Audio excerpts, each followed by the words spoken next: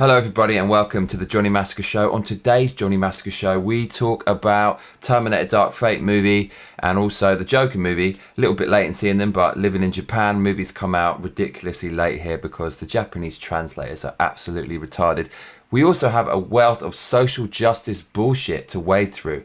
I'm not looking forward to that, but I guess you are, because you probably want to see me trash some social justice warriors. So let's get into it, shall we? It is Tuesday, 5 p.m. in Tokyo. And let's start off with some movie talk. So I saw Terminator Dark Fate and I saw Joker movie. And you couldn't really have more of a contrast between movies. So Terminator Dark Fate, the reason I saw that is because my girlfriend, or should I say ex-girlfriend, wanted to see it. Definitely it's not something I wanted to see because there was a lot of negative chat about this movie coming from the people in the comments. Not from the journalists, not from the people trying to control the narrative, from the people. And the people were saying Terminator Dark Fate is full of social justice themes. So there's 3 women as the lead characters. That was a red flag. Where's the man? Where's the equality? There's no man. Terminator, Arnold, the star of the whole series, was kind of relegated to the background. So that's a bit of a warning sign. I actually didn't really see it. I just thought, okay, there's going to be some female characters in it. Sarah Connor was one of the stars of the original 2 movies. And so, hey, she might have some female buddies to bring along for another installment. So was this film really as woke and social justice infected as people claimed it was? Kind of, yeah. So the lead character is a woman called Grace, who is an android. So she's a human, but she's been augmented, as she says. And people were kind of cussing her for looking like a lesbian. Not that there's anything wrong with that, but that was what some people were saying. Some people online were saying, who's this dyke looking bird?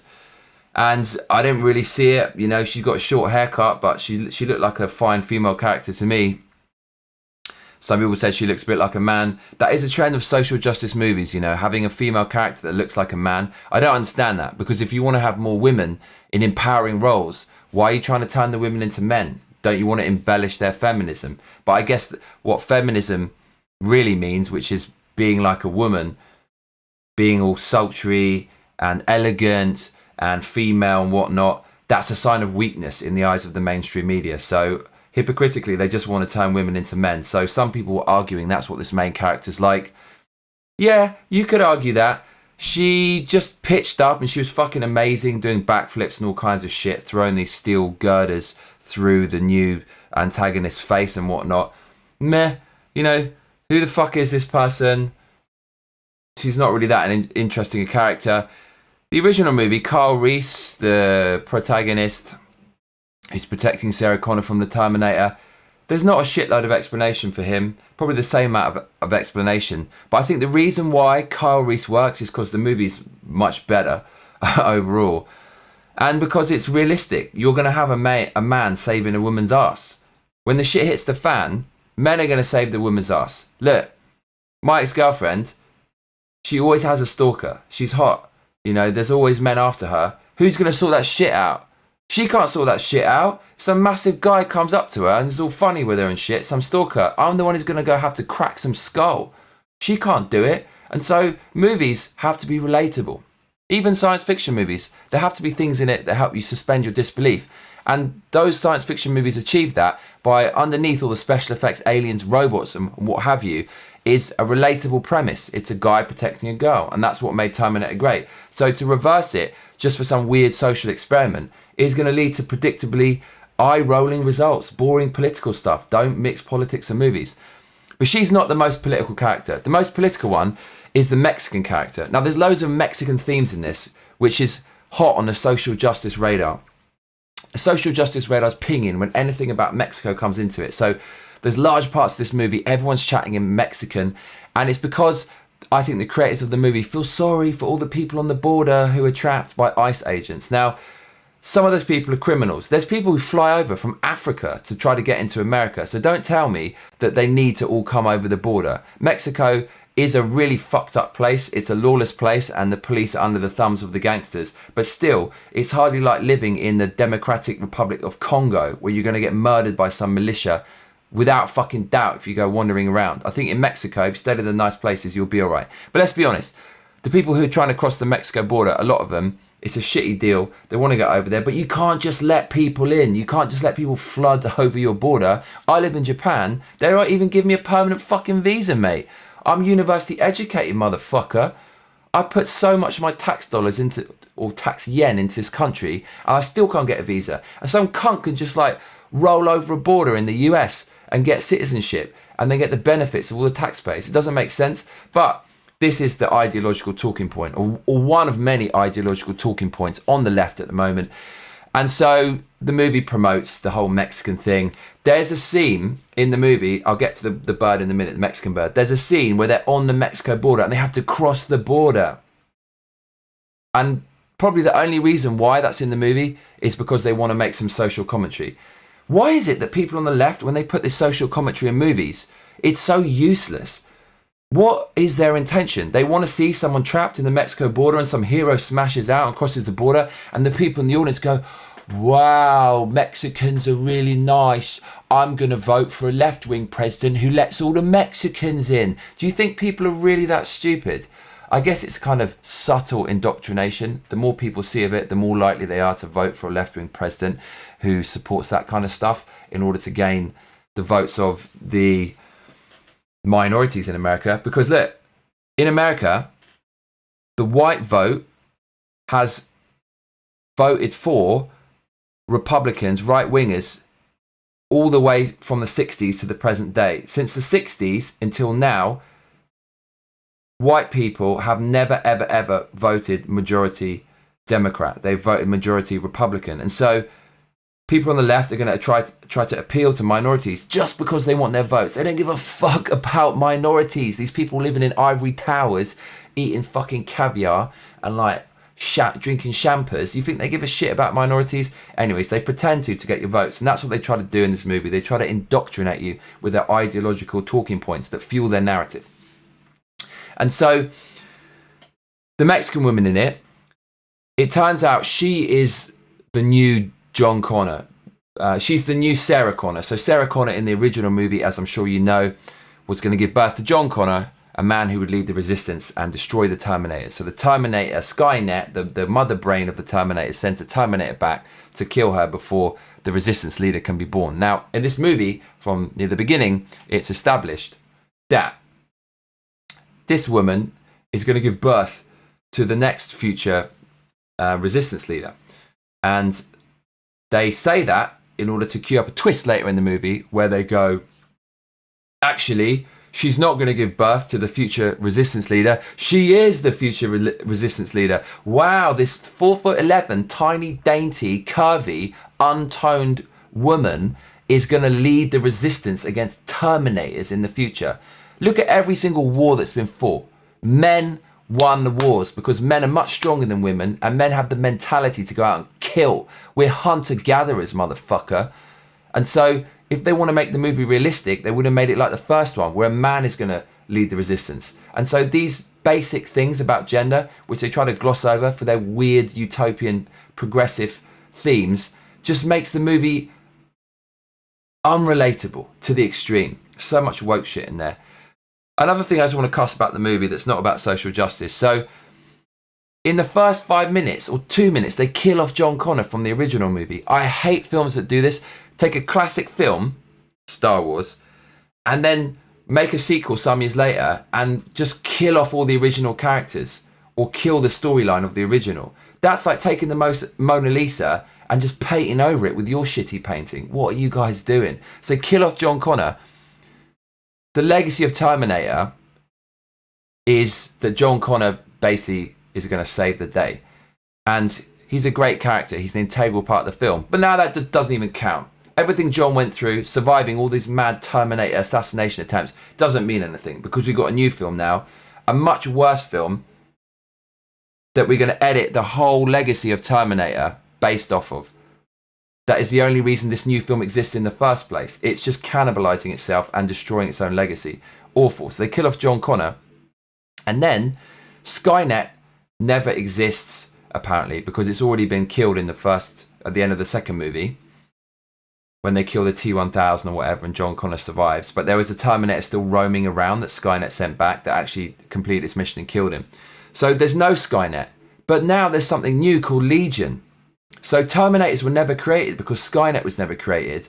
But then in this film, this new super AI intelligence called Legion is sending back Terminators. What are the chances these two separate AIs are building the same fucking robots? It doesn't make sense. The film's a bit all over the place.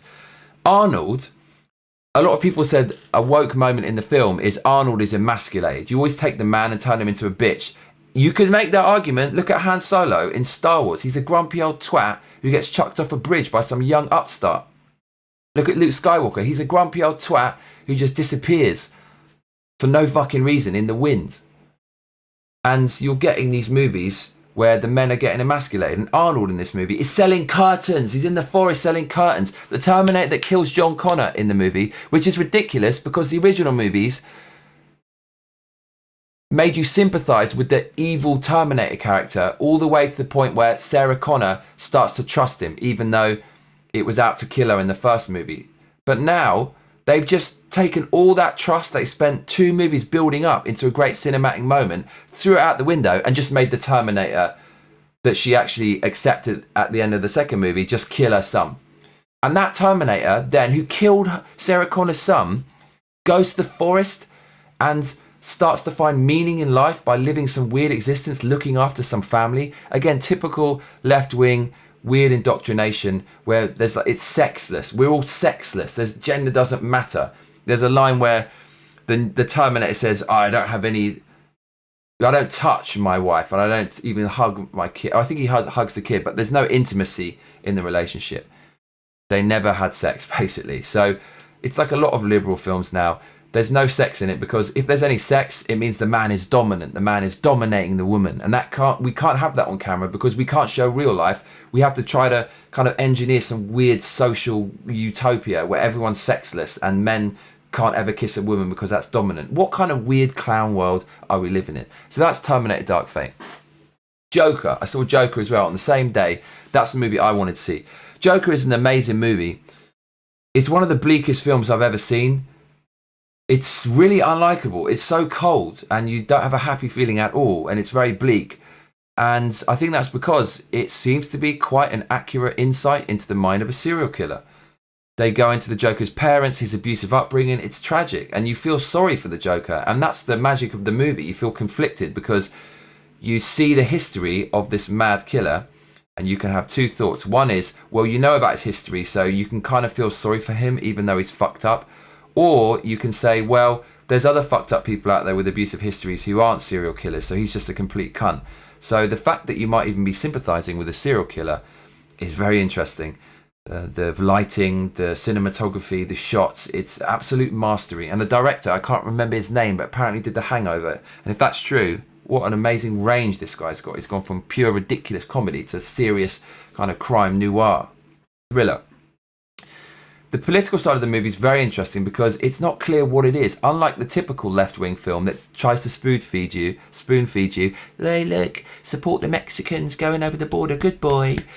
This film, they are much more ambiguous about the politics. It's much more mature, much more adult, and much more respectful of the audience's intelligence. I thought the film was pretty left-wing overall. It's very anti-capitalist. It's very anti-big business, almost Marxian in its approach, because Marxism says that the proletariat, the working class, must rise up and tear down the system. And that's basically what happens in the movie. But it's not done in a social justice way. There's loads of anti-social justice shit in this movie.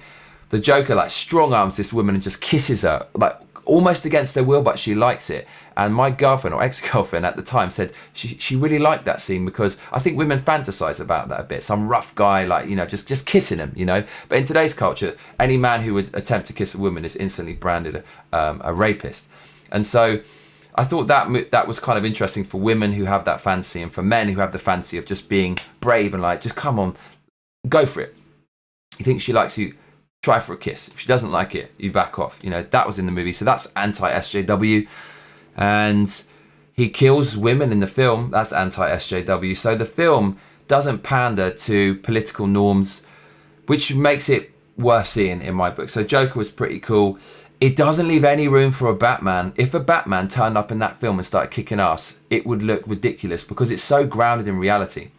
Another thought I had on the Joker movie is, why does it have such mixed reviews? I was kind of curious. I knew it would be some social justice nonsense, and it's because a lot of the social justice media outlets who are looking for reasons to be miserable and looking for things to bolster their narrative and looking for conclusions before they even want any evidence to back it up, those people have tried to exploit the movie in order to push their own narrative, which is basically white people are all bad and white people are the real terrorists, and conservatives are all scum, and conservative incels kind of breed these serial killers. And these left-wing outlets are saying things like it's a dangerous kind of approval of these weird white supremacist serial killers, because I guess they argue that the movie kind of makes you see the Joker in arguably a good light in some ways. This guy who's been abandoned by the system. It tries to justify serial killing, especially the white supremacist serial killing. But I didn't get that from this movie. I just thought it was an intellectual insight into mass murdering, and it was cool. So make sure you check out the Joker. What else are we going to talk about today? Okay, so yeah, I mean, there's a little bit more. Oh man, I was going to talk about a video that YouTube released. YouTube releases these creators videos where it's nothing to do with YouTube at all. It's just some weird social justice indoctrination, Orwellian chit chat. Well, they've released another video and it's called Create Inclusive Videos to Reach More Viewers. So I'm going to throw a little bit of acid in your eyes and we can check out this YouTube creators video. I don't know why I do this and punish you with this kind of stuff, but why not? So look, come over to my screen. Oh God. So let's see how far we can get through this egregious YouTube video that absolutely nobody asked for. So here we go. Create inclusive videos to reach more viewers. The latest video on the YouTube creators playlist that was sent to pretty much everyone's inbox who is subscribed to YouTube. Here we go. YouTube's mission is to give everyone a voice and show them the world. If you're looking for ways to make your content more inclusive and appeal to a broader audience.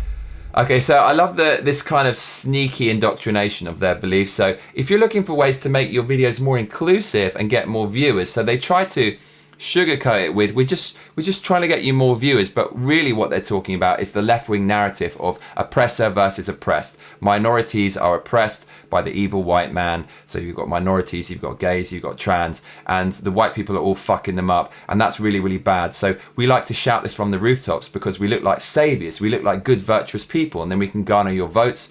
And we also want to get the votes of all these people, especially minorities, because as I told you, Democrats haven't got the white vote since the 1960s, so they want to appeal to minorities, and just appealing to everyone who's victimized and having this kind of victim narrative is integral to their strategy for getting a left-wing president elected. Then you are watching the right video. We're going to cover tips on how how unlikable is this person? I don't mean to judge, but it looks like she's got some dead roadkill on her head. Her glasses are totally asymmetrical. I mean, is this a guy? Is this a girl? I can't even fucking tell. The lips look stuck on like Mr. Potato Head, Mrs. Potato Head. Wouldn't want to misgender. And I mean, the animal print shit she's got going on. This is an absolute disgrace. You look like a horror show lady. Channel can foster greater inclusion and show you how your channel can be a force for good. You're so unlikable. I love the way they dress it up as in this kind of virtuous crusade. You can be a force for good. You can do all the good things that we think are good and that many normal people just think are crazy. But if you disagree with us, you're a sexist. See, that's what a lot of these people on the far left do. They say something crazy, and then when a normal person goes, oh, what the fuck is this crap? They say, you're against what we said. You're against women. You're against trans. You're against minorities. It is ridiculous. It is trolling. It is baiting. They're looking to antagonize people, to exploit, to push their political message. I don't know how much more of this I can take. Let's see how much we can deal with. Hi. Okay, no, that's it. No, this person is just insufferable. So look, YouTube is still being really, really cunty, and they're obsessed with this whole diversity shit that's very, very childlike and kiddie, and it sounds like they're talking to a group of 3-year-olds. YouTube, stop with the political messages. No one gives a fuck about this. No one cares about your political allegiance. Nobody wants politics. If we want that, we'll search for it. We just like video games, we like movies, we like cool shit. Stop ruining everything with this weird progressive bullshit. And just because I don't like it, because you've got some ugly cunt chatting this shit on the screen, doesn't mean I'm against what you're talking about. All right? So stop it, YouTube. What else are we going to chat about today? I've got a few more things open in my browser. So yeah, I was going to talk about more kind of social justice. There were some interesting studies claiming how movies with like female leads grossed most of the money in the last 3 years. And that's basically because mega corporations, monopolies like Disney, are now basically just monopolizing culture. And so they bought all the movie companies and the big franchises that people love, and they forcefully inject these social justice identity politics into it. And of course the movies will still be big because they're such household names and they've got such a huge legacy. But that's not an indication of women are just popular. That's an indication of a big company who's ideologically twisted, capitalizing on some intellectual property that they've purchased and actually tarnishing it and poisoning it with their own weird brand of politics that actually hurts the movies overall. But I can't be asked to get into that shit because it's really, really dull. So yeah, maybe we can just talk a little bit about what's going on in my life. I just want to tell you about some records that I bought. So there's 2 records that I bought. Have a look at my screen. So this is a very old record from 1993. It's by an artist called Tom and Jerry, who I think their real name is Mark and Dago. And they are some of the people who are integral to the creation of the drum and bass genre. Drum and bass, which is a heavy underground, what used to be underground, genre of dance music, electronic music, was created from jungle, and jungle came from hardcore. And this is jungle music. And these producers were instrumental in the creation of this whole genre. They basically shadow produced the producer and artist and DJ known as Goldie, who is responsible for drum and bass going mainstream in 1997, 1998. And these guys had a little sub-label called Shell, and they released tracks on Shell under the alias of Tom and Jerry. And at the time, I read an interview recently, they said that the stuff they were releasing was just stuff they had lying around and they didn't really know what would happen to it. But with hindsight, this music has aged very well. And what makes it really cool, other than being some kind of frenetic ragga jungle business, really well produced, is that it's really fucking rare. So I think 500 copies of each Shell release were ever pressed. And for some reason, this release, Shell number 5, was the rarest of them all. And I never see it for purchase online. So I religiously search this website called discogs.com, which is the best online marketplace for vinyl. It's been around for ages. It's very simple and functional. It's incredible. And I actually found the record. So I purchased it immediately and it was in very good condition. The seller was a little bit, communication was a bit off, but he sent it to me. And check this out. He sent me the wrong record and he sent my record to someone else in Germany. And it turns out the record he sent me was a near mint copy of one of the most sought after jungle tracks ever that's suddenly built up a cult following and has hit YouTube's algorithms. It's a track by a guy called Baraka and it's called I'll Be There. Have a look at it here. Now, this track, as you can see, for sale goes for about $200. And look, here's one for about $1,000.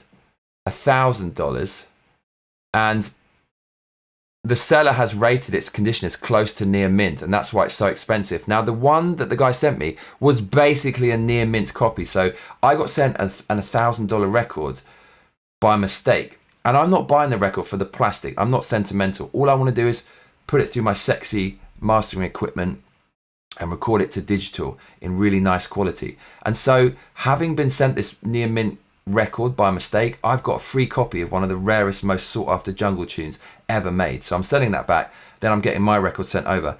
And to add more madness into the mix, the record that I originally wanted, another one came online that was near mint, so I had to buy that one as well. So I've got 2 of the same. That's how much I want it. I've spent like £500 on records, but I'm just going to record them to digital, then I'm going to sell them off and just make a small loss. So that's very cool for me. I'm really looking forward to getting this tune by Tom and Jerry on the Shell record label. The names of the tracks are kind of weird.